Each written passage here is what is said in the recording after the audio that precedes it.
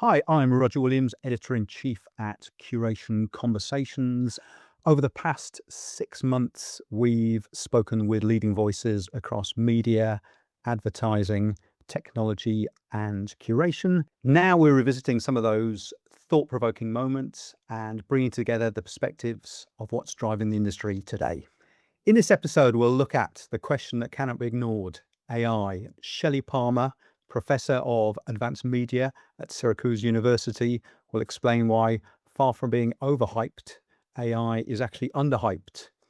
Whether the threat to brand trust is real, why AI is actually a skills amplifier, and obviously the importance of keeping the human in the loop.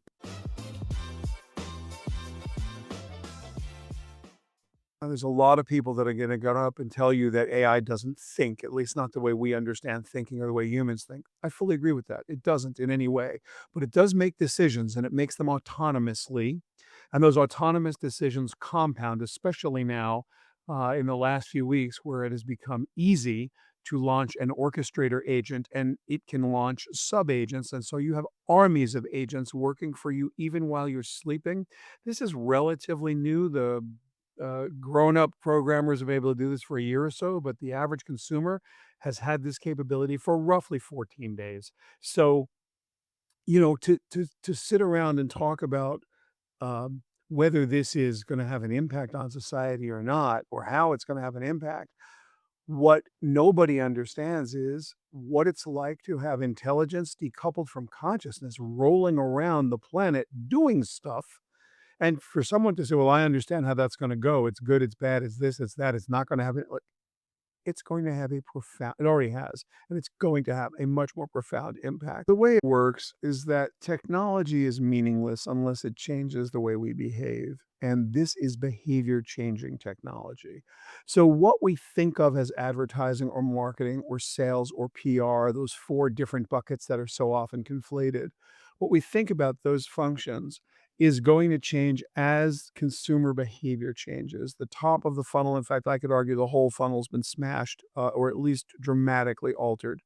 And what it means to get a message to the right person at the right place at the right time has also evolved pretty dramatically over the last little bit. Google's AI overviews and AI mode are a pretty interesting indication of a zero-click world. 10 blue links, as we understand them, probably are going to go the way of the dodo. We're in a new place. So your question about trust is interesting in that it may be the last and most powerful currency that any individual organization has.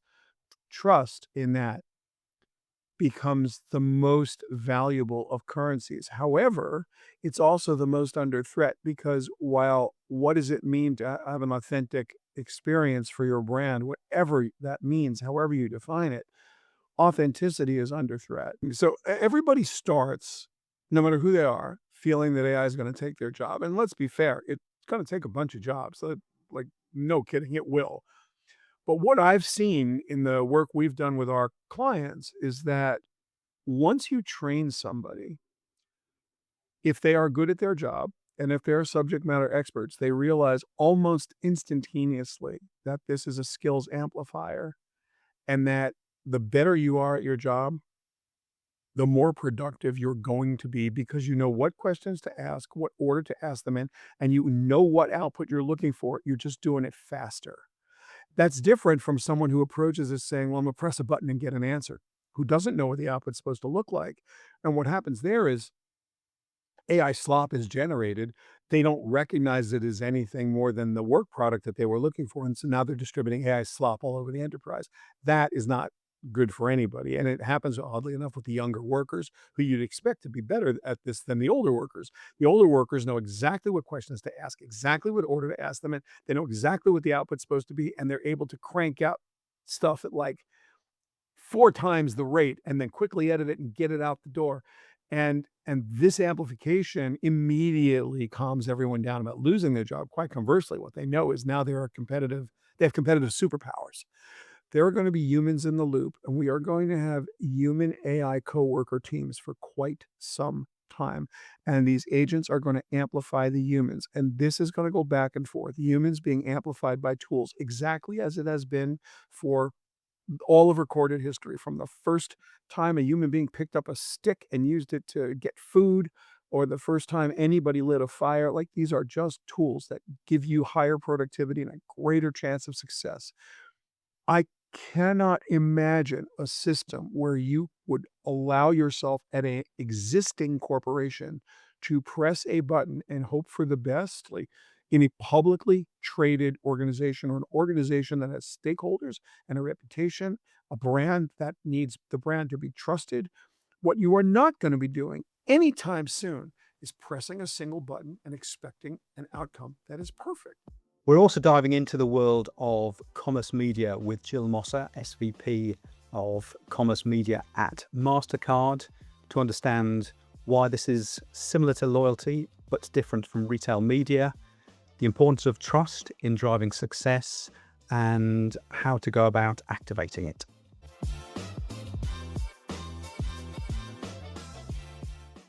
When you look at the common threads there between commerce media and loyalty, it's really all about how are you incenting customers to do anything? What do we need to do? How do we reach them, talk to them, and put different placements in front of them to get them to act and to measure that at the end of the day. And it's a great tool for CPGs to be able to reach and hopefully influence that purchase within those retailers' digital assets and understand the impact that their ad spend can have. But on the flip side, commerce media is broader than one retailer, right? In Mastercard space, we are seeing spend in over 200 countries around the world, 175 billion transactions in 2025, in fact. And that spend happens across retailers, across borders, online, offline. And through our publishing network, we're continuing to build out that supply of digital assets, giving us this ripe opportunity in commerce media. I think we're increasingly hearing that the CFO is entering the room, in places that they haven't previously been part of that conversation, other than saying, here is your budget. They're increasingly part of the conversation and really wanting to understand, did it work or not? And advertisers are beginning, not just beginning, but I think continuously demanding proof, not promises. The future of commerce is about being able to deliver those trusted outcomes. And so, while it's great to test and do things in new channels and new formats, and continue to look at things that way, being able to understand whether or not it resulted in a purchase, and whether or not it happened offline. And, I think that's another thing that's a little bit unique to Mastercard. In many cases, you can only see, or in certain digital assets, you only understand what happened if it happened online. You don't know what happens when they show up at the store. And there's still 80% of all transactions happen in store. So we like to think everything is happening online, but it's not. While AI and the use of data are really redefining our world, just completely redefining our world, none of it happens without trust. And our business has to start and end there. So, our approach to data, when we think about trust and, what that means, and the reason we're able to do the things that we're able to do, we stand behind that. We believe that when it comes to data, you own it, you control it, and you should benefit from the use of it. Our job is to protect it. And so if we get that right, then we maintain that trust with the individual consumers who have trusted us with that relationship. And we follow stringent standards when we talk about, like, our commerce media network. We follow stringent standards on who will we partner with. We want to make sure that our brands can trust that and be confident that where their content will land will be in brand safe channels and brand safe, publishing environments, everything we do with direct targeting to customers is consented. So customers understand and are opting in to this level of targeting, and then it provides a really great place for the ecosystem to be managed quite well. I mean, I would think of commerce media, as an engine that's going to allow you to unlock more connected commerce across the ecosystem. And so if you look at it that way, shifting budgets to commerce media in some ways to be that connective layer between building the brand and driving conversion and using it to deliver really hyper personalized content based on what people are actually buying, not what they're browsing. And, the ability to satisfy the CFO we talked about earlier, and in terms of what they want to be able to know they can measure and and see that value loop. So smarter personalization, proven outcomes, and really generating more loyalty for the brands at every single point in the journey. And we can't forget about Curation, and why it's driving growth and the role it's playing in sports advertising, with Marybeth McGaugh, Chief Customer Officer at Index Exchange and Programmatic Lead at Two Circles, Dave Ajumobi.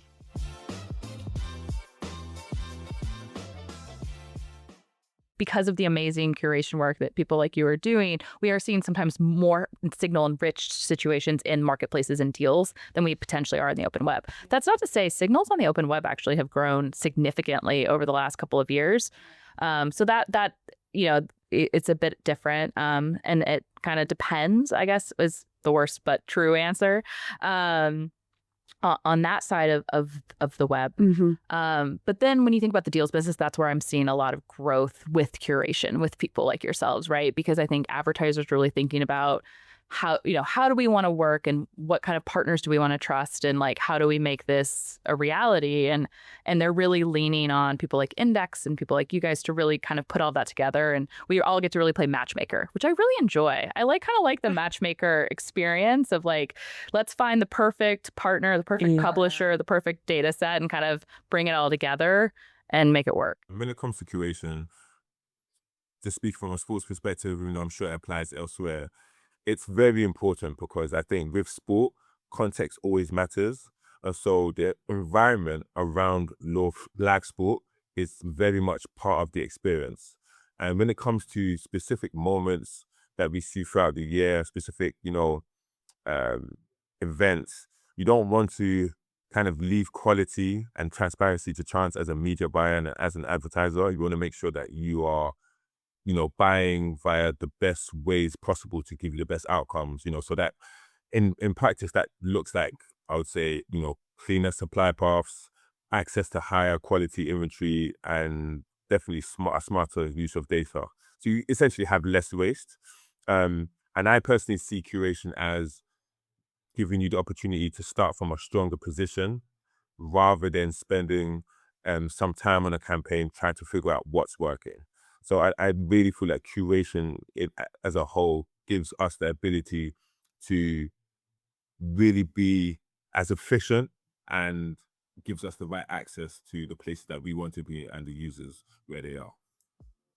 So thanks for listening. Hope you enjoyed it. And please join us for a second special edition of Curation Conversations, which is coming up very soon. Thank you.